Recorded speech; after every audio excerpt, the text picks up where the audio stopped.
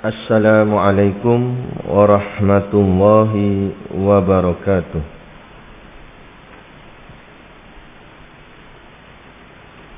Ila hadrati Sayyidina wa Habibina wa Syafi'ina Muhammadin sallallahu alaihi wasallam.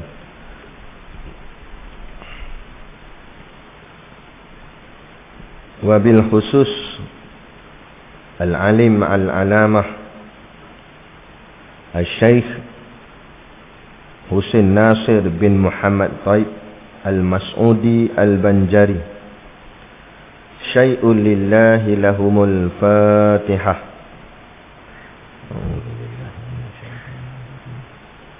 Bismillahirrahmanirrahim. Alhamdulillahi rabbil alamin. Ar-Rahmanir Rahim. Maliki yaumiddin. Iyyaka na'budu wa iyyaka nasta'in. Ihdinas siratal mustaqim. Siratal ladzina an'amta 'alaihim ghairil maghdubi 'alaihim waladdallin. Bismillahirrahmanirrahim. Alhamdulillahil qail. A'udzu billahi minasy syaithanir rajim. Ya ayyuhalladzina amanu taqullaha haqqa tuqatih wa la tamutunna illa wa antum muslimun. Shadaqallahul azim, yang bermaksud ya ayyuhalladzina amanu, wahai orang-orang yang beriman, ittaqullah, bertakwalah kepada Allah. Bertakwalah kamu kepada Allah haqqa tuqatih, dengan sebenar-benar takwa. Wala tamutunna illa wa antum muslimun, dan jangan sekali-kali kamu mati melainkan dalam keadaan Islam. Surah Ali Imran, keluarga Imran, surah yang ketiga, pada ayat yang ke-102 daripada 200 ayat pada juzuk yang keempat. Asyhadu an la ilaha illallah wahdahu la syarikalah wa asyhadu anna sayyidana Muhammadan abduhu wa rasuluh.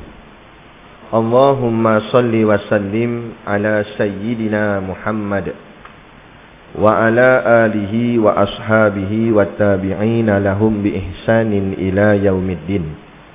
Subhanaka la ilma lana illa ma 'allamtana innaka antal alimul hakim. Rabbi shrah li sadri wa yassir li amri wahlul 'uqdatam min lisani yafqahu qawli.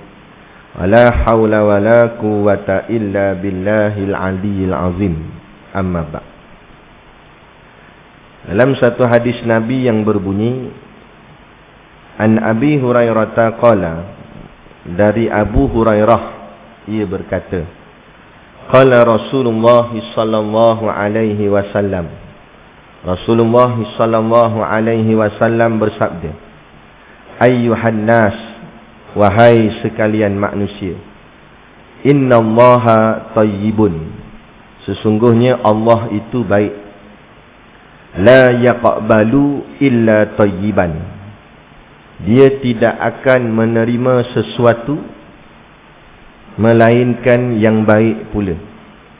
Wa innallaha amaral mu'minina bima amara bihil mursalin, dan sesungguhnya Allah telah memerintahkan kepada orang-orang mukmin seperti yang diperintahkannya kepada para rasul.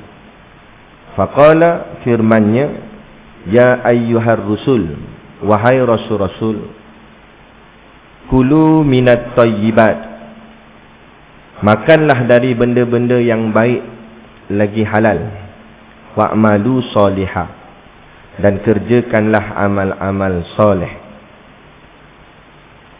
Inni bima ta'maluna alim, sesungguhnya aku maha mengetahui akan apa yang kamu kerjakan. Wa qala, dan Allah juga berfirman, ya ayyuhallazina amanu, Wahai orang-orang yang beriman, kulu min thayyibat, makanlah dari benda-benda yang baik, yang halal. Ma razaqnakum, yang kami telah berikan kepada kamu. Washkuru lillah, dan bersyukurlah kepada Allah. In kuntum iyyahu ta'budun, jika betul kamu hanya beribadat kepadanya. Summa dzakara rajula, kemudian Nabi SAW menceritakan tentang seorang laki-laki, yutilus safara, yang telah lama berjalan kerana jauhnya jarak yang ditempuhnya. Ash'asa, sehingga rambutnya kusut masai. Akbara, dan berdebu. Yamuddu yadaihi ila sama', orang itu mengangkat tangannya ke langit seraya berdoa, Ya Rabbi, Ya Rabbi, wahai Tuhanku, wahai Tuhanku. Wa mat'amuhu haramun, padahal makanannya dari benda yang haram. Wa mashrabuhu haramun, dan minumannya dari yang haram. Wa malbasuhu haramun, dan pakaiannya dari yang haram. Wa ghudhiya bil haram, dan diberi makan dengan makanan yang haram. Fa anna yustajabu lidzalika, maka bagaimanakah Allah akan memperkenankan doanya? Hadis riwayat Imam Muslim. Di zaman salafus soleh, apabila para suami keluar daripada rumah untuk mencari rezeki, maka para isteri selalu berpesan kepada para suaminya dengan satu pesanan, Iyyaka wa kasbal haram, jauhi olehmu dari penghasilan yang haram. Fa inna nasbiru alal ju', kerana kami mampu bersabar atas rasa lapar. Wala nasbiru alan nari, tapi kami tak mampu bersabar atas nerakanya Allah. Seperti mana disebut di dalam kitab Mukhtasar Minhajul Qasidin. Moga-moga apa yang kerja buat yang kita lakukan di atas muka bumi ini datang daripada sumber yang halal lagi baik, sehinggalah perkara zahir, perkara dunia yang kita buat dalam keadaan yang baik lagi diredai Allah, akan memberi kesan kepada amalan batiniah, kepada amalan akhirat kita, sehingga menjadikan amalan akhirat kita amalan yang baik juga, yang ikhlas, lagi tunduk kepada Allah Subhanahu wa taala. Tapi ingat, amalan zahir yang bersumberkan dari benda yang haram pasti dan pasti tidak akan menghasilkan amalan batin yang baik, maka akan menghasilkan amalan batin yang buruk juga. Jadi moga-moga zahir kita baik dapat melahirkan atau menghasilkan batin yang baik, sehinggalah kita bawa balik bertemu Allah nanti di hari akhirat kelak dalam keadaan hati kita hati yang baik, sehingga akhirnya kita ditempatkan di tempat yang terbaik, yakni syurganya nanti di hari akhirat kelak, insya-Allah. Amin ya rabbal alamin. Yang saya hormati pengerusi masjid dan seluruh saf kepimpinannya, para imam, para bilal, tok-tok syiah yang tak dapat kita nak sebutkan namanya satu persatu, yang amat-amat disanjungi para asatizah, alim-alim ulama, tuan-tuan guru, ustaz ataupun ustazah yang hadir pada pagi subuh yang mulia ini. Mohonlah ditegur kepada hamba yang fakir dalam bidang ilmu ini, sekiranya apa yang disampaikan dan dikongsikan ada salah dan silapnya. Yang kita kasihi ayah-ayah, ibu-ibu, pemuda-pemudi, muslimin dan muslimat yang dirahmati Allah sekalian. Kita sambung pembacaan kitab kita, iaitu kitab Usulut Tauhid. Kalau tak silap saya, kita berhenti di tajuk yang baru, iaitu kelebihan orang yang mengajar akan dia. Betul? Betul tak? Kitab Jawi lama pada muka surat 4 baris yang pertama. Baris yang pertama.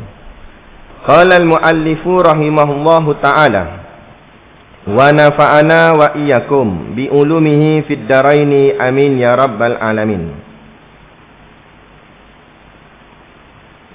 Kata pengarang kitab,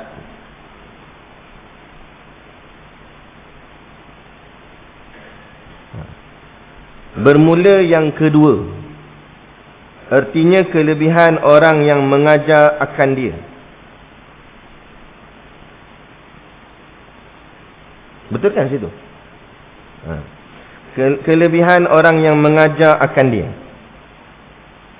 Maksud sini kelebihan orang yang mengajar akan dia tu, siapa dia tu? Iaitu ilmu agama. Kelebihan orang yang mengajar ilmu agama. Agama Islam lah. Ilmu agama Islam itu yang dimaksudkan dalam ni ialah 3 ilmu fardu ain, iaitu ilmu tauhid, ilmu fiqh dan ilmu tasawuf. Maksud dia situ. Jadi apa kelebihan orang mengajar orang tentang agama ni, tentang ilmu tauhid, ilmu fiqh dan ilmu tasawuf, dan juga ilmu lain yang bermanfaat samalah, iaitu sabda Nabi sallallahu alaihi wasallam. Tok Syekh mulakan dengan hadis Nabi. Bagi Saidina Ali radhiyallahu anhu, maksud sini maknanya Nabi berkata kepada Saidina Ali. Kenapa Saidina Ali? Untuk makluman kita, di antara ramai-ramai sahabat Nabi, Saidina Ali yang paling alim dari segi sahabat lah.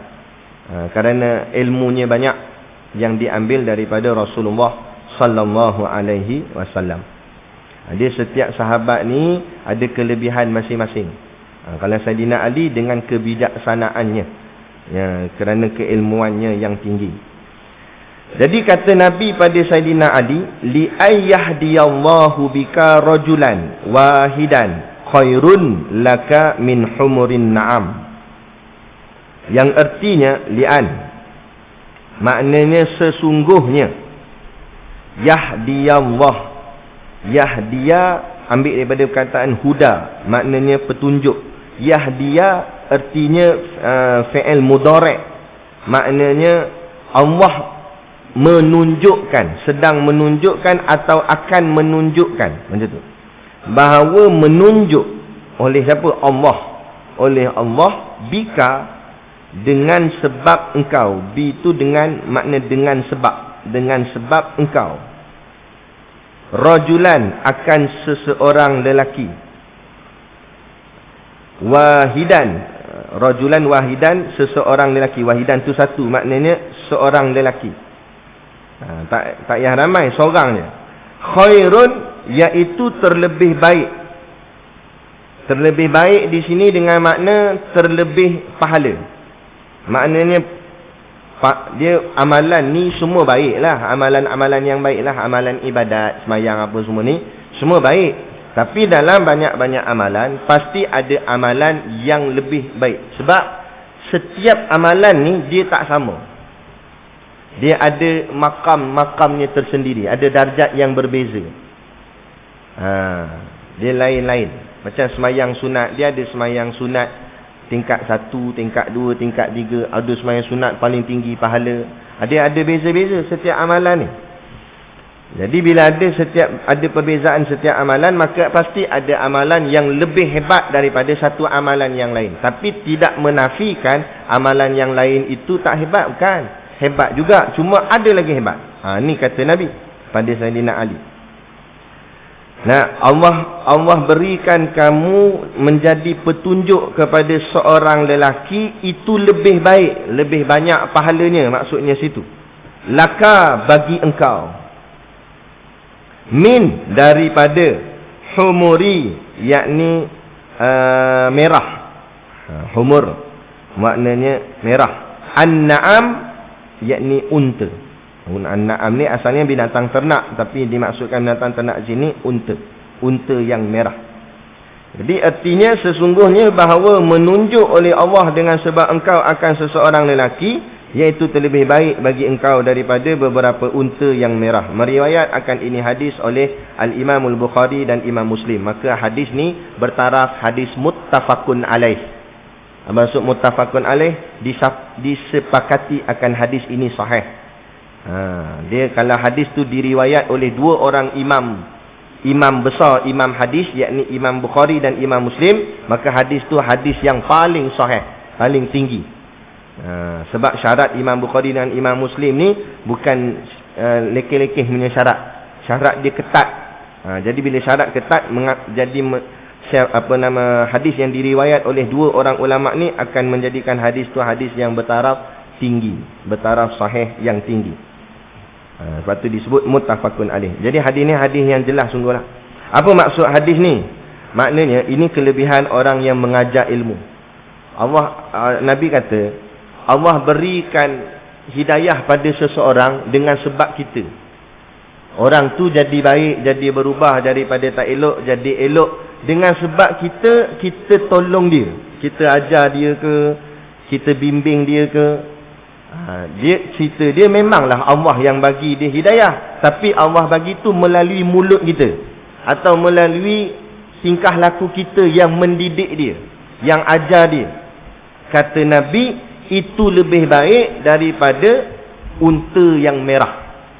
Kenapa Nabi sebut unta merah? Unta merah ni mahal. Unta ni, kulit unta kan warna macam krim-krimnya tu, keputih-putihan sedikit. Ada unta yang dia putih dia tu sampai dia putih ke merah-merahan, macam orang kulit putih lah. Orang kulit putih, lepas tu dia macam pink-pink sikit, kan comel, kan cantik. Unta macam tu. Jadi itu dipanggil unta merah. Unta merah ni dalam banyak-banyak kategori unta merah ni paling mahal sekali. Masa saya mengaji kitab ni, kata guru kami, harga unta merah ni boleh kata macam Ferrari juga lah. Maknanya barang mahal lah, nak ceritanya barang mahal. Nak masukkan dalam hadis ni barang mahal. Jadi Nabi kata, kamu ajar seseorang dengan sebab kamu ajar tu Allah bagi hidayah pada dia. Dia berubah jadi baik. Dia berubah daripada tak elok kepada elok. Dengan sebab melalui kita didik dia atau kita ajar dia. Tapi bukanlah kita yang boleh mengubah dia. Yang mengubah tu Allah. Tapi melalui kita. Allah buat. Maka itu lebih baik, kata Nabi, daripada unta yang merah. Makna lebih baik daripada amalan yang sangat besar. Sehingga kan, kata ulama', itu lebih baik daripada amalan-amalan sunat yang lain. Contoh, bertembung, nak semayang sunat ke nak ajar orang. Contoh kita nampak orang tu ada buat silap, kita pun nak tolong perbetul dia. Mana afdal? Perbetul dia afdal daripada semayang sunat. Sebab semayang sunat pahala kita seorang. Tapi kalau kita perbetul dia, dia dapat pahala, kita pun dapat pahala sama. Pahala tolong betulkan kesilapan dia. Itu dakwah tu penting. Cerita tentang Imam Syafi'i.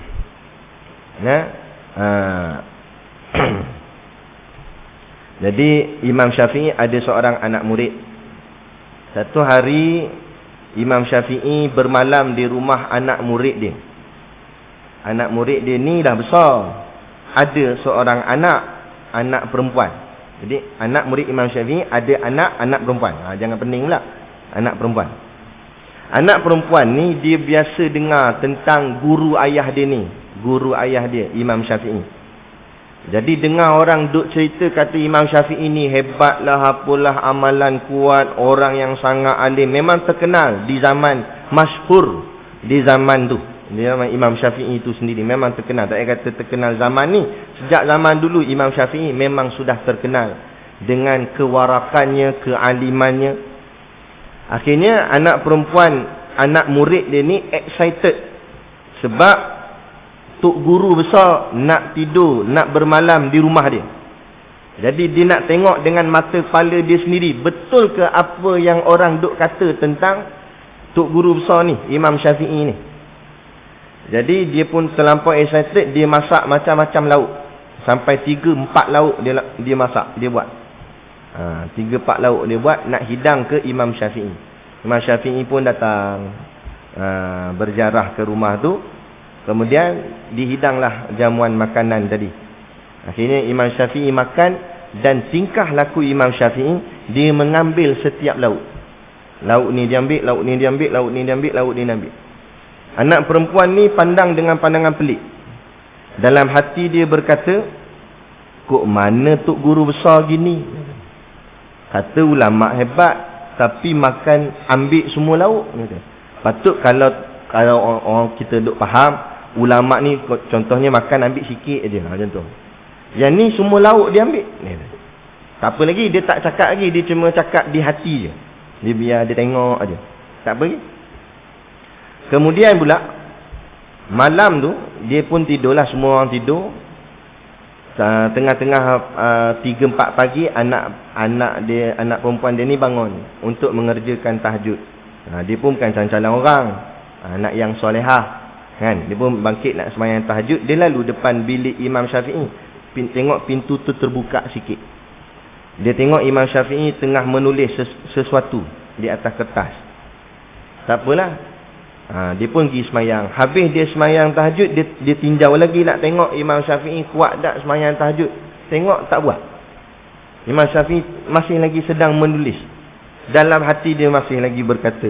Dia kata ulama besar kok mana tahajud pun tak semayang. Duk main tulis-tulis aja. Dia kata, macam tu lah. Lepas tu tak apa lagi.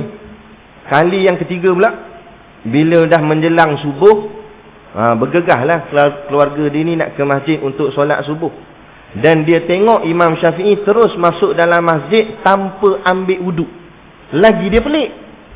Dia kata sudah, kok mana ulama gini semayang subuh tak ambil wuduk. Dia kata, takkan makam besar tak payah ambil wuduk. Peliklah dia.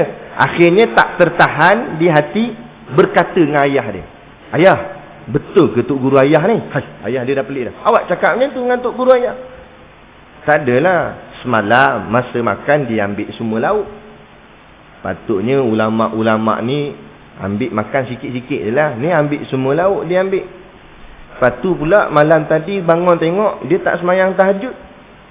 Yang lebih parah lagi, semayang subuh dia tak ambil wuduk. Ayah dia tahu dah. Ayah dia pun senyum. Kalau kamu nak tahu sebab apa Imam Syafi'i buat semua tu, kamu tanyalah tuan badan sendiri. Kamu cakap belakang fitnah. Kamu tak tahu kenapa dia buat macam tu. Cuba tanya dia sendiri. Mula-mula takut juga dia nak tanya, tapi sebab hati tu penasaran sangat nak tahu apa jawapan, akhirnya beranikan diri tanya juga. Maaf ya tuan Tok Guru Imam Syafi'i, saya ada sedikit persoalan yang saya tak berapa faham tentang diri Imam Syafi'i sendiri. Imam Syafi'i pun dengan tenang, insya-Allah lah, tak apalah, kalau mampu saya jawablah, kata dia. Baiklah, semalam masa makan saya tengok imam ambil semua lauk. Pada pemahaman saya, kalau ulama yang besar ni, seorang alim yang warak, mereka makan sikit-sikit aja. Tapi imam ambil semua. Apa jawab Imam Syafi'i? Aku menghargai orang yang memasakkan untukku. Masa dia memasak ni, dia buat ni untuk aku. Kan? Kalau aku tak ambil lauk yang dia buat, aku takut mengecil hatikan orang yang buat. Maka setiap lauk aku rasa. Cuma aku ambil setiap lauk tu sedikit. Ambil ni sikit, ni sikit, ni sikit. Kalau contoh ada 4 lauk, aku cuma ambil 2 lauk, maka lagi 2 lauk aku tidak ambil. Nescaya tukang buat tadi ni, tukang masak akan kata, tantah 2 lauk ni tak sedap kot, sebab tu imam tak nak ambil. Jadi terasa hati. Dia menjaga hati orang. Akhirnya dia ambil lauk ni, ambil lauk ni, ambil lauk ni, ambil lauk ni. Tu Imam Syafi'i. Kita ambil kat semua lauk, tapi bukan tari Imam Syafi'i kita. Tapi kita memang jenis pelahap sungguh. Ada sampai tak ingat orang belakang. Kan? Ada yang Syafi'i itu, dia nak meraih. Lepas tu dia tanya soalan kedua, dia tanya, dah malam tadi tengok imam tak bangkit sembahyang tahajud pun. Apa jawab Imam Syafi'i? Aku sedang mengarang sebuah kitab, satu permasalahan umat. Masalah umat yang besar, aku tengah menulis, tengah mengarang kitab tu. Beginilah. Kalau aku semayang sunat, tahajud tadi tu, pahala tu aku seorang je dapat. Memang pahala menyesal, aku seorang dapat. Tapi umat masih lagi bermasalah dalam keadaan jahil, tak tahu apa nak buat, mana betul mana salah. Tapi bila aku mengarang kitab, maka ia jadi ilmu. Dan ilmu tu siapa yang membacanya, maka dia akan buat benda yang betul. Sebab dia dah belajar, dia tahu mana yang betul, mana yang salah. Dan bila aku karang kitab ni tadi ni, aku tulis kitab ni, manfaatnya buat diri aku boleh pahala, malah orang lain sama pun boleh pahala. Maka pahala itu lebih besar lagi. Sebab itulah aku habiskan masaku mengarang kitab pada waktu malam tadi, sampai tak dan untuk aku semayang sunat tadi. Itu. Lepas tu, okey tak apalah, puas hatilah jawapan tu. Dia tanya, yang ketiganya, saya nampak Imam Syafi'i terus masuk masjid, semayang subuh, tak ambil wuduk. Oh, kata Imam Syafi'i. Imam Syafi'i gelak kecil. Dia kata, memanglah aku tak ambil wuduk, sebab wuduk aku belum batal. Kerana sepanjang malam aku tidak tidur. Aku tengah mengarang kitab daripada malam tadi sampai subuh. Allah. Senyap terus anak perempuan ni tadi. Dia kata, oh patutlah, betul lah Imam Syafi'i seorang ulama yang hebat lagi besar. Sebab apa? Satu malam tak tidur. Sebab apa? Tulis kitab. Untuk apa? Untuk kita hari ni. Baru kita jadi reti hari ni semayang macam mana, kunut nak baca macam mana, mana baca kuat, mana baca pelan, nak sujud macam mana. Tu siapa yang susun semua tu? Siapa yang tulis dalam kitab? Kalau bukan Imam Syafi'i. Sehingga hari ni kita berpegang dengan mazhabnya, iaitu mazhab Imam Syafi'i. Itu jasa alim ulama, sampai tak tidur untuk keperluan kita. Tu. Nak ceritanya, inilah yang saya nak maksudkan tadi ni.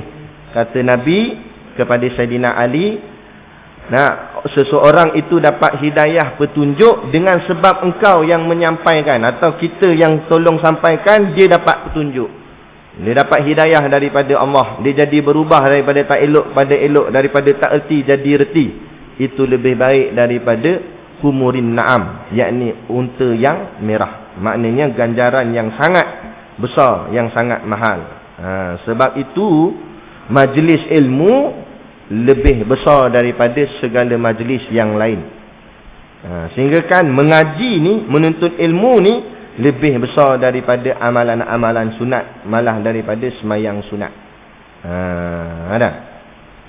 Sebab apa? Sebab kalau dia tak mengaji, tapi dia rajin semayang sunat, dikhawatiri semayang sunatnya salah.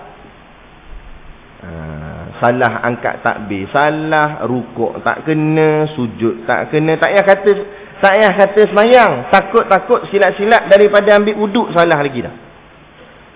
Ambil wuduk, lipat tangan cepat sangat, menyebabkan bahagian kat siku ni air tak kena. Tak kena, tak sah. Sebab syarat dalam mazhab kita Imam Syafi'i, kena lebih. Kalau kita ambil wuduk ni, tak boleh ngam-ngam kat siku ni. Angkat sikit tinggi, kemudian lebih kurang 4 jari ke 5 jari sampai sini. Kena air tu kena basah. Bila lebih, baru semua sini sempurna. Begitu juga basuh muka. Tak boleh main muka ni je, kena sampai bawah ni, tepi-tepi ni semua. Dipanggil melebihkan kawasan had dia. Had dia memang situ, tapi lebih. Bila lebih, baru sempurna. Ni buat lebih kurang, buat lebih kurang. Ada kadang-kadang tu saya duduk perasan, tapi bukan sinilah, tempat lain. Dia basuh kaki, selipar tak cabut. Kalau basuh kaki sebab nak masuk masjid, itu tak apa. Tak, ni basuh kaki ambil wuduk. Selipar duduk melekat lagi dengan kaki, duduk bawah ni, main jiruh gitu, sak gitu. Dikhawatiri bawah tapak kaki dia air tak kena. Bila air tak kena, tak sah wuduk. Bila wuduk tak sah, semayanglah 1000 rakaat pun tak sah. Itu nak ceritanya mustahabnya ilmu berbanding amal ibadah. Bukan menafikan amal ibadah dah. Amal kita kena buat, ibadat kita kena buat. Tapi nak bagi sah ibadat tu dengan ilmu. Tapi kalau kita tak mengaji ilmu, macam mana kita nak yakin ibadat kita sah? Ni yang kita khawatir, ni kita takut. Contohlah kita tak belajar mengaji baca Quran, agak-agak Fatihah kita betul. Fatihah kita, dia punya makhraj huruf kena. Panjang pendeknya betul. Nah, imam tak apa dah. Dia ada belajar, ada kursus, lepas tu orang pun dengar. Yang kita semayang belakang sebagai makmum ataupun semayang seorang, waladhalin tu, da tu wajib 6 harakat. Tiba-tiba kita makmum semayang belakang, kita baca pelan kan. Sebab baca pelan kita baca lebih kurang. Ghairil maghdubi alaihim waladhalin. Waladhalin tak boleh. Dhalin. Walaupun kita semayang belakang, walaupun kita tak baca kuat, ni bukan masalah baca kuat tak kuat. Masalah bacaannya mesti betul. Tapi bila dah tak mengaji, dia buat kodan dia buat. Itu belum cerita tentang rukun qauli. 5 tempat rukun qauli wajib dengar di telinga sendiri. Itu dalam mazhab kita Imam Syafi'i. Takbir rukun qauli, Allah kena dengar 8 huruf. Allahu Akbar, semua kena dengar. Dengar mana? Dengar di telinga sendiri. Walaupun semayang seorang, walaupun semayang sebagai makmum. Kena dengar. Janganlah kuat sangat. Cuma sekira-kira dengar di telinga sendiri. Allahu Akbar, gitu. Yang jadi kadang-kadang masalah, dia putus. Allah Akbar. Hu mana hu? Hu tak dengar. Bila hu tak ada, tak sah. Rukun qaulinya tak sah, takbiratul ihram. Bila rukun qauli tak sah, segala rukun pun batal, maka sembahyangnya sudah dikira tidak sah di awal lagi. Tapi sebabkan kejahilannya, dia teruskan sembahyang sampai ke tahiyat akhir. Sedangkan Allah sudah tidak lagi menerima solatnya itu. Dan dia tak mengaji, maka tak berubahlah PL dia macam tu juga. Berapa lama? Kat 40 tahun dah semayang macam tu. Bayangkanlah, selama 40 tahun tu semayangnya semua tidak dikira sah. Balik bertemu Allah di hari akhirat, mana amalan pahala? Mana pahala amalan semayang? Tak ada. Saya semayang lah. Memang mu semayang, tapi semayangnya tak betul, tak kena cara. Adakah orang kata, alah ustaz, takkan salah-salah sikit pun tak boleh? Dia main buah tu lah. Okey, saya tanya mudah dia soalan. Kan, kita nak cocok duit dekat mesin ATM, dia ada 6 nombor pin. Kalau kita salah 1 nombor je, duit keluar ke tak keluar? Duit tak keluar, kad tu keluar balik. Dia kata salah nombor pin. Kita jawablah kat mesin ATM tu, alah salah 1 nombor je pun. Boleh? Nampak? Tu. Nak ceritanya, itu baru cerita dunia. Dunia pun tak lepas kalau salah sikit, apatah lagi barang akhirat. Jadi kenalah pastikan apa kita buat tu betul. Macam mana nak pastikan apa buat kerja buat kita tu betul? Dengan ilmu. Nanti kita akan bicara banyak lagi dalam kitab ni berkenaan dengan perbezaan. Satu dipanggil golongan abid, satu lagi disebut golongan alim. Dia dua ni bertembung, abid dengan alim. Abid siapa dia? Abid orang yang rajin buat ibadat tapi jahil. Semayang rajin. Nak tengok bahagian terawih penuh masjid. Itu geng abid tu. Semayang Jumaat penuh buat ibadat. Majlis ilmu tak ada. Gimana tak tahu. Syahid ke apa tak tahu. Nampak? Tapi kan, tayang Jumaat dihidup balik, ada pula muka dia. Kan, gitu. Ni golongan abid, banyak buat ibadat. Baguslah buat ibadat tu, tapi dalam keadaan jahil, dikhawatiri ibadatnya tak terpakai satu habuk pun. Inilah rugi.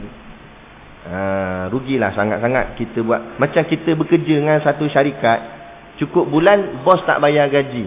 Dah berapa faedah pergi kerja? Betul tak? Jadi macam sia-sia kerja tu. Atau meniaga tapi tak untung. Orang kalau meniaga tak untung, tutuplah, bungkuslah. Walaupun cuma balik modal. Balik modal saja buat apa? Tujuan nak untung. Baik tak payah meniaga gitu. Macam itulah juga. Ibadat buat tapi tak sah, pahala tak dapat. Kalau tak dapat pahala saja boleh tahan kira. Dah lah tak dapat pahala, boleh pula dosa. Lagi naya. Macam mana? Pahala tak dapat tapi dapat dosa. Ada? Contoh semayang Jumaat. Main Jumaat kan penuh ramai orang. Dia ni bagus, datang awal, duduk sah depan sekali, tengah-tengah semayang, terkentut.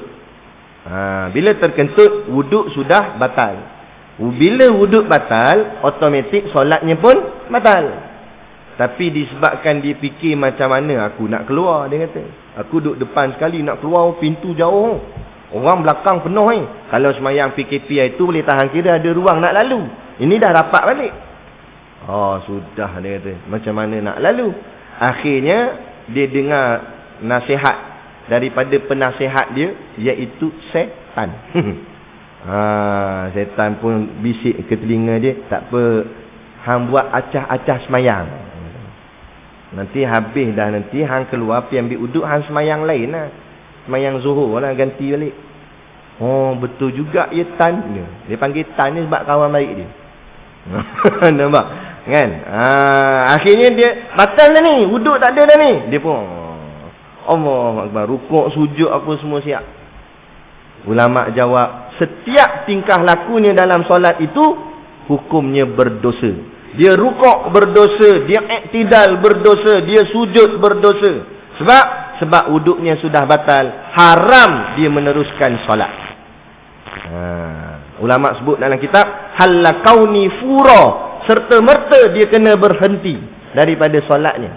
Kalau batal semasa berdiri, berhenti masa berdiri. Batal masa rukuk, berhenti masa rukuk. Batal masa sujud, berhenti masa sujud. Melainkan imam. Imam kalau batal ketika rukuk dan sujud, maka boleh imam lajak sedikit. Lajak sedikit ni maksudnya dia bangkitkan dulu. Macam dia tengah sujud, Allahu Akbar. Tengah sujud tu pum, terkentut. Kan? Dia pun bangkit dulu, Allahu Akbar, baru dia keluar. Kalau dia keluar time sujud, naik makmum. Lama sangat ni. Jadi seorang berani sikit dia jeling. Dia kata imam tak ada, dah main bisik-bisik tak dalam sujud tu. Najib naik pula semayang. Jadi imam boleh bangkit. Tapi kalau kita makmum batal masa sujud, tak boleh bangun, tak boleh Allah, jangan teruskan dosa. Masa batal masa sujud tu, bangun terus. Lepas tu nak bangun macam mana Ustaz, nak keluar macam mana orang ramai ni. Lepas tu kena mengaji, dia ada ilmu dia. Ada dua kaedah kata ulama. Pertama, duduk diam situ. Kita dah batal lah, tak boleh teruskan semayang, duduk je, tunggu sampai orang habis semayang. Tapi standby lah, sebab lepas ni ramai orang akan tanya kita, asal hang duduk je tadi. Kan? Standby lah jawapan tu. Itu pertama kata ulama. Yang kedua, dalam hadis pun Nabi ajar pegang hidung. Seolah-olah macam kita nak buang sesuatu, kemudian memberi isyarat tangan untuk nak lalu. Kita pusing ke belakang, nak lalu. Jangan lalu depan orang semayang, hukumnya haram. Tapi lalu tepi. Kan di sekarang semayang kita lalu tengah ni. Kita pun buat isyarat tangan, minta memberi laluan. Keluar sampai belakang hujung. Kan? Dan orang belakang pun kena jenis mengaji juga. Jangan tak mengaji. Satgi kan dia ulu tangan, dia ingat nak salam pula. Time ni nak salam pun dia kata. Dah memang bukan salam, nak lalu. Ada. Bila nampak orang ulu tangan nak lalu tu, maka kita yang belakang ni jangan buat keras gitu. Cobaan dia kacau aku ni. Bukan, dia nak lalu. Maka sengitkan sedikit. Ataupun kita boleh berganjak ke tepi sikit untuk bagi dia laluan. Ada. Boleh. Bergerak dalam semayang, boleh. Siapa kata tak boleh? Tapi biar bersebab, bukan saja-saja. Ni semayang sambil pusing-pusing. Tu tak boleh lah. Ni ada sebab. Ada sebab najis ke, ada sebab binatang depan kita tak boleh nak sujud, kita boleh berganjak selangkah. Boleh. Cuma jangan bergerak lebih daripada 3 kali secara berturut-turut. Itu mazhab kita Imam Syafi'i. Ada. Jadi bila ada ilmu senang tak? Dia begini. Amal ibadat ni kalau macam rutin kita selalu buat ni memang tak ada masalah. Tapi kadang-kadang sekali-sekala ada benda-benda pelik sikit berlaku. Masa tu Allah uji kita. Kita reti tak reti, nak buat macam mana, nak settle macam mana. Macam kita semayang macam biasa tiba-tiba, katalah contoh aja, semayang subuh, patutnya lepas dah ke rakaat kedua, tahiyat akhir lah. Tiba-tiba tu imam pergi bangun, tambah lagi 1 rakaat, jadi 3 rakaat. Kalau kita tak mengaji, agak-agak macam mana nak buat? Tak nak ikut imam. Dia kata, kalau aku duduk saja, pelik juga. Jadi macam mana? Sebab bila tak ada ilmu, jadi kelang kabut lah. Kalau orang ada ilmu, dia reti. Kalau dia ikut, batal dia. Imam belum tentu batal. Kalau imam memang dia tak ingat, dia belum tentu batal sebab dia dipanggil Tapi kita ni sedar. Ingat, kita pergi ikut benda yang salah, kita batal. Tak? Lepas tu macam mana nak tegur? Subhanallah. Bukan tegur, "Oi, duduk balik. Lebih dah ni." Takkan nak cakap macam tu. Lepas tu ada ilmu dia. Itu baru cerita bab semayang. Boleh cerita bab-bab lain lagi. Bab haji, bab umrah, bab zakat, bab korban. Bab korban banyak yang gagal. Berebut daging. Berebut daging, berebut ekor, berebut kaki. Dia tak faham apa makna korban. Tak faham. Kan? Yang tuan masuk korban pun satu hal juga. Berpikul-pikul daging buat balik. Bukan kata tak boleh, tapi tak faham lah tu. Kalau nak daging banyak, baik pergi pasar. Kan? Tujuan buat korban ni, kita nak bagi makan orang fakir miskin. Tu tujuan dia. Sebab orang fakir miskin tak dapat makan daging macam kita duk makan selalu. Kita dah biasa makan. Pagi ni, lepas ni boleh pergi makan.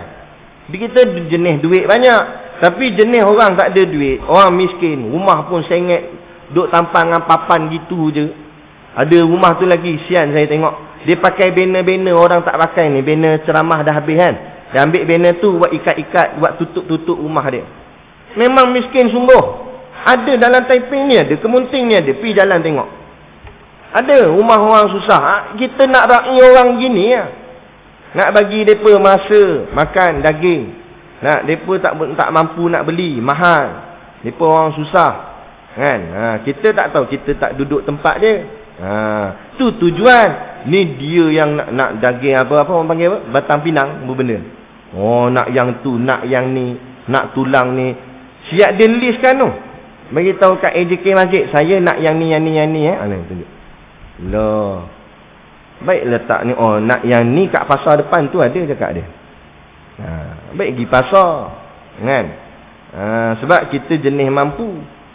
Kita ambil bolehlah ambil bahagian nak makan si keluarga. Macam Nabi buat. Nabi ambil dua tapak tangan Nabi kaut daging. Mana yang lekat atas tapak tangan itulah Nabi buat makan Nabi dan ahli keluarga Nabi. Selebihnya yang entah berapa puluh kilo lagi daging tu, semua tu Nabi bagi kepada orang-orang yang fakir miskin. Itu cara yang afdal. Sebab tu saya cakap, bila buat satu benda tanpa ilmu, tengoklah amalan kita entah jadi tepah apa. Kan? Dia tak kembali kepada maqasid ataupun tujuan ibadah itu dilaksanakan untuk apa, dia tak faham. Orang masuk korban nak masuk korban tak? Orang pergi haji nak pergi haji tak? Orang buat umrah nak pergi umrah tak? Tapi jadi klien. Pergi umrah melancong. Nak beli cerek lah, nak beli apa lah. Beli cerek sini pun boleh beli. Jadi yang bukan-bukan. Jadi sebab tu akhirnya ibadah itu tidak memberi kesan kepada diri dia. Buat ibadah pun perangai macam tu juga, tak ada perubahan, sama aja. Sebab apa? Sebab kes macam ni lah. Tu penting nak ceritanya, mustahaknya kita menuntut ilmu. Baru kita akan dapat faham kenapa aku kena buat sekian-sekian, kenapa aku buat begini. Baru kita tahu. Bila kita faham apa kita buat, kita akan buat dengan rasa seronok dan bersungguh-sungguh. Sebab tu tak usah tanya kenapa kita semayang ni tak bersungguh, kenapa kita buat satu ibadat ni tak bersungguh. Sebab kita tak faham matlamat. Macam orang berjalan tapi tak tahu destinasi mana nak pergi. Agak-agak dia jalan tu macam mana, jumpa simpang pun tak erti, nak kanan ke nak kiri, nak kanan ke nak kiri, tak erti. Sebab dia tak tahu tempat mana dia nak pergi. Duk pusing, munda mandi, duk pusing. Lah kali minyak habis macam tu je. Macam tu juga orang yang hidup tidak ada matlamat. Orang yang beribadat tapi tak faham apa ibadat dia buat. Akhirnya buat kosong macam tu je lah. Akhirnya buat dalam keadaan, orang cakap apa, lemau. Dalam keadaan tidak ada seronok, tidak ada rasa gairah, tidak ada rasa semangat, tidak ada kesungguhan nak buat lebih kurang. Minta maaf cakap, kadang-kadang, yelah, Sebabkan fikir kita dah semakin tua, nak buat apa pun tak larat lah kali pergi masjid je lah, dia kata. Nak pergi tengok wayang, mata tak nampak, dia kata. Nak karaoke, gigi tak ada. Kan? Jadi duduk masjid dah lah. Jadi duduk masjid tu bukan sebab apa? Sebab dah tak larat. Cuba kalau larat, tak datang tak masjid. Betul tak betul? Lepas tu kita tengok mana-mana masjid. Saya kuliah banyak tempat. Gini. Mana pergi generasi muda umur 20-an, mana pergi? Belasan tahun, mana pergi? 30-an ada lah sikit, seorang dua gitu. 40-an ada juga sikit. Yang lebih ramainya geng batuk. Tahu geng batuk? Bukan kita kritik tak, tapi ini realiti. Kan? Yang ni pun mujur sebab apa? Sebab tadilah kes tadi, sebab kata dah tak larat. Tak boleh nak pergi mana dah. Pergi masjid. Cuba kalau larat lagi. Cuba gagah lagi. Tak lekat kat masjid. Kan? Sebab ni. Sebab apa? Sebab kita tak faham kenapa. Kita tak faham kenapa kita kena buat. Kenapa ni. Menjadikan kita tak sonok dan tak gairah. Tak semangat nak buat amalan-amalan tu. Ibadat tu. Kita tak faham kenapa kita kena pergi masjid. Tu jadi tak sonok nak pergi masjid. Cuba kalau faham. Contoh tuan-tuan, saya nak bagi nampak faham. Kenapa tuan-tuan semangat pergi kerja? Bangkit awal-awal pagi tu. Baju dah gosok malam tadi siap dah. Gosok baju, kedut-kedut, buat lain tu. Tajam tepi ni. Kena jari boleh berdarah tu. Kan? Sungguh-sungguh tu. Bangun pagi, awal pagi. Nak masuk tempat kerja, awal. Takut nanti panskat merah. Berapa semangat sangat. Berapa sungguh sangat. Sebab dia faham kenapa dia kena kerja. Sebab apa? Sebab dia nak duit. Kenapa nak duit? Sebab nak sara hidup. Nak bayar hutang kereta, hutang rumah, nak beli makan, nak bagi isteri, anak, nak pergi sekolah apa semua. Sebabkan dia faham dia nak pakai duit tu untuk kegunaan ni, maka bersungguh dia pergi buat kerja tadi. Bersungguh dia pergi berjabat. Sampai awal dia berjabat. Tapi bila dia tak faham ibadat akhirat yang dia buat, tu yang jadi lemah. Masjid pun kejap ada, kejap tak ada. Tu pun mujur ada tak? Yang langsung tak ada, tak tahu. Kan? Semayang buat lebih kurang, kadang-kadang lambat waktu semayang. Sebab apa jadi begitu? Sebab ni kefahaman tak ada. Bila faham tu tak ada, sungguh tu tak ada. Beza dengan dunia, dia faham kehidupan dunia dia, menyebabkan dia bersungguh dengan kehidupan dunia dia. Kehidupan akhirat tak ada. Dia buat lebih kurang.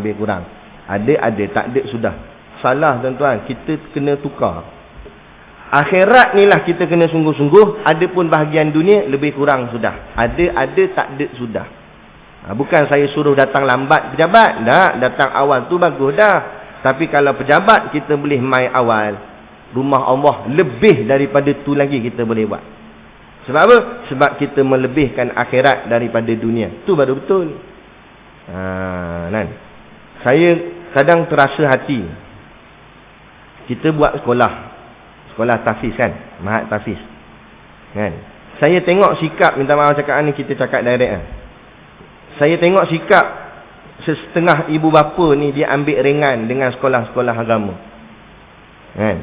Bila kita minta sekian-sekian tarikh ni, contoh macam cuti raya. Okey, kita kata contoh hari Isnin ni mula persekolahan, contoh Isnin kena masuk balik. Tengok lagi ada yang hantar Selasa, hantar Rabu, Isnin minggu depan pun dia ada, dia hantar. Oh silap Ustaz, ingatkan Isnin minggu depan. Dia buat silap pun, dia tulis tarikh banyak kali dah. Dia bagi tahu dah.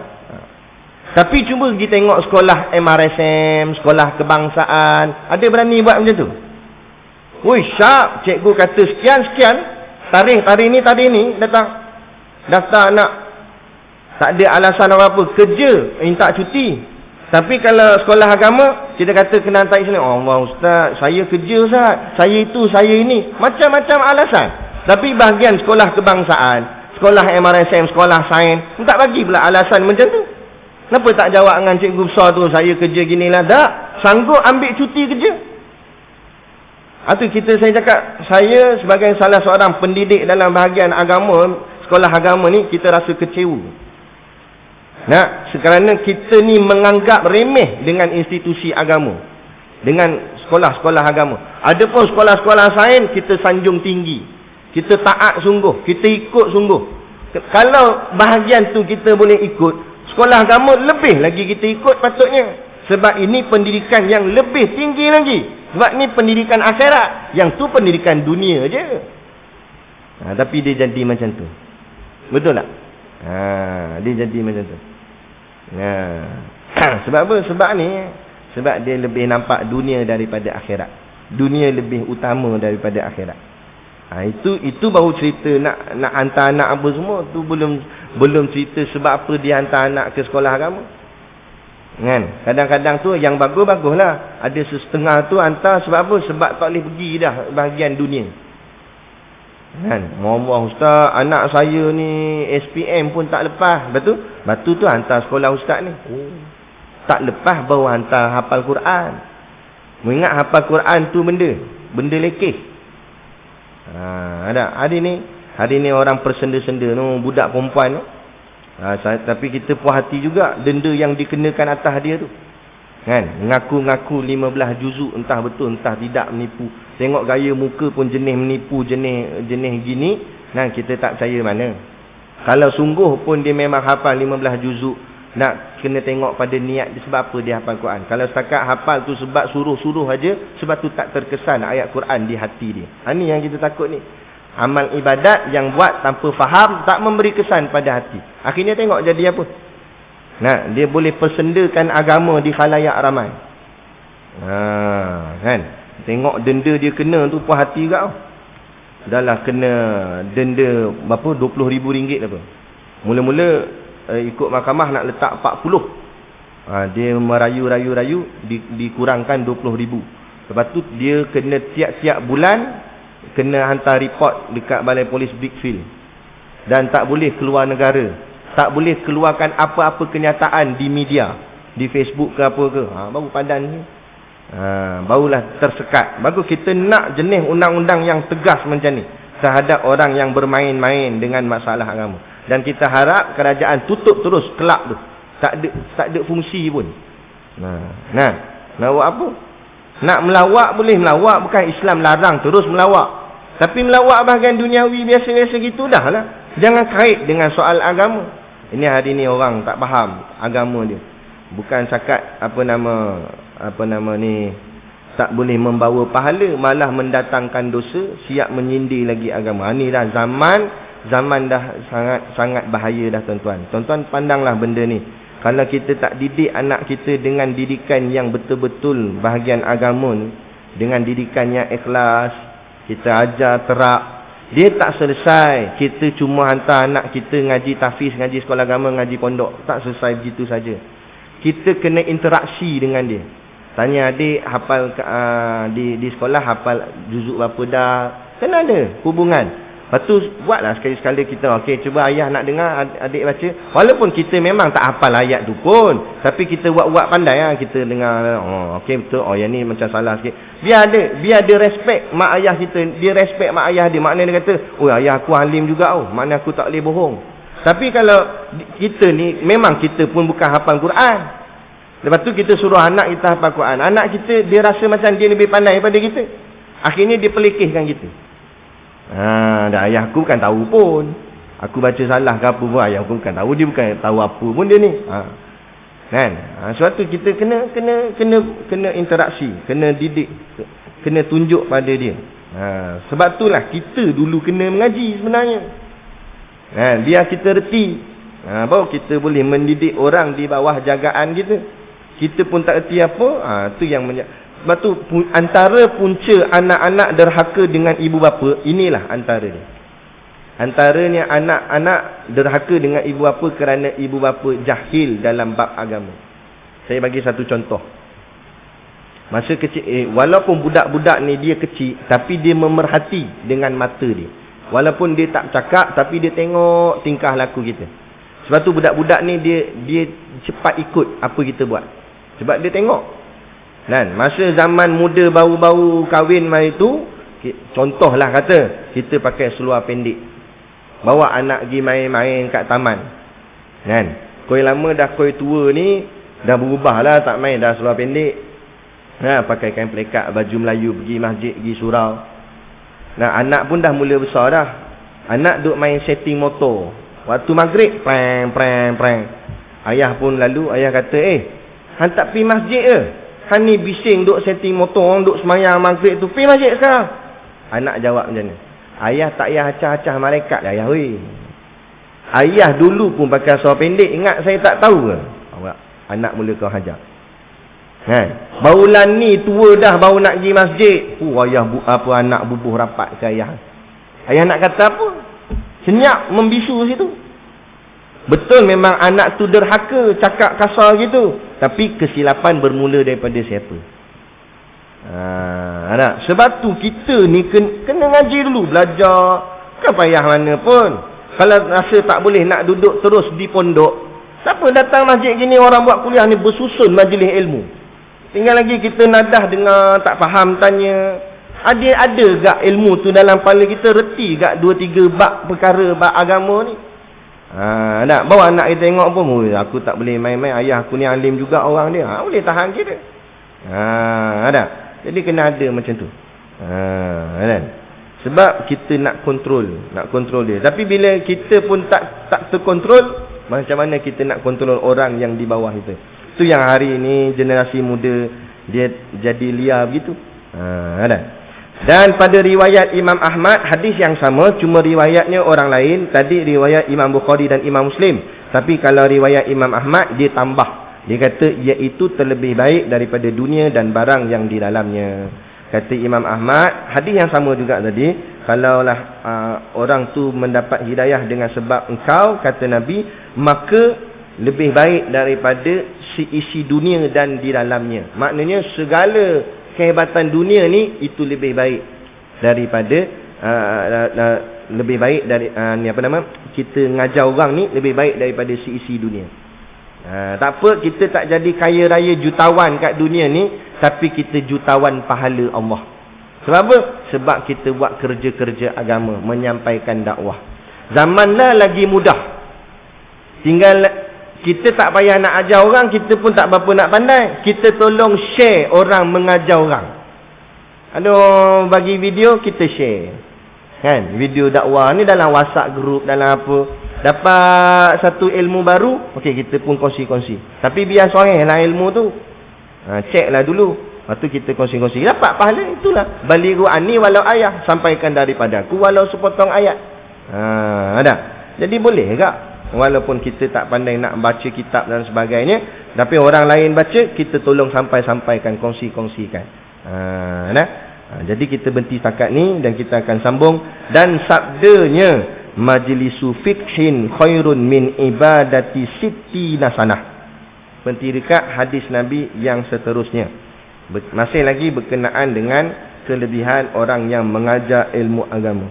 Nanti nak cerita tentang Nabi nak cerita tentang kelebihan dan yang mana lebih afdal, sama ada majlis zikir ataupun majlis ilmu. Nanti kita akan bacalah pada kuliah yang akan datang, jika diizinkan Allah, insya-Allah. Jadi cukup sekadar tu pada pagi ni yang dapat kita kongsikan. Moga-moga memberi manfaat kepada kita bersama. Kalau tak banyak pun, sikit pun jadilah, insya-Allah. Jadi cukup sekadar tu. Wabillahi taufik wal hidayah. Wassalamualaikum warahmatullahi wabarakatuh. A'udzu billahi minasyaitonir rajim. Bismillahirrahmanirrahim. Alhamdulillahirabbil alamin. Wassalatu wassalamu ala sayyidina Muhammadin asyrafil mursalin wa ala alihi wa sahbihi ajma'in. Allahumma taqabbal minna salatana wa du'aana innaka antas samiul alim wa tub alaina innaka antat tawwabur rahim. Allahumma ja'al dinana dinan nabiy Muhammadin sallallahu alaihi wasallam wa islamana islamal muslimin wa imanana imanal mu'minin wa salatana salatal khashiin wa a'malana a'malas salihin wa niyatana niyatal mukhlisin wa dhunubana ya Allah dhunubal mustaghfirin wa hayatana hayatal ulama wa mautana bi mautis syuhada wa adkhilnal jannata ma'al anbiya'i alaihimus salatu wassalam. Rabbana atina fid dunya hasanah wa fil akhirati hasanah wa qina azabannar wa qina azabannar wa qina azabannar. Sallallahu ala khairi khalqihi sayyidina Muhammad wa ala alihi wa sahbihi wa sallam. Subhana rabbika rabbil izzati amma yasifun wa salamun alal mursalin walhamdulillahi rabbil alamin. Amin ya rabbal alamin. Taqabbalallahu minna wa minkum. Takbir.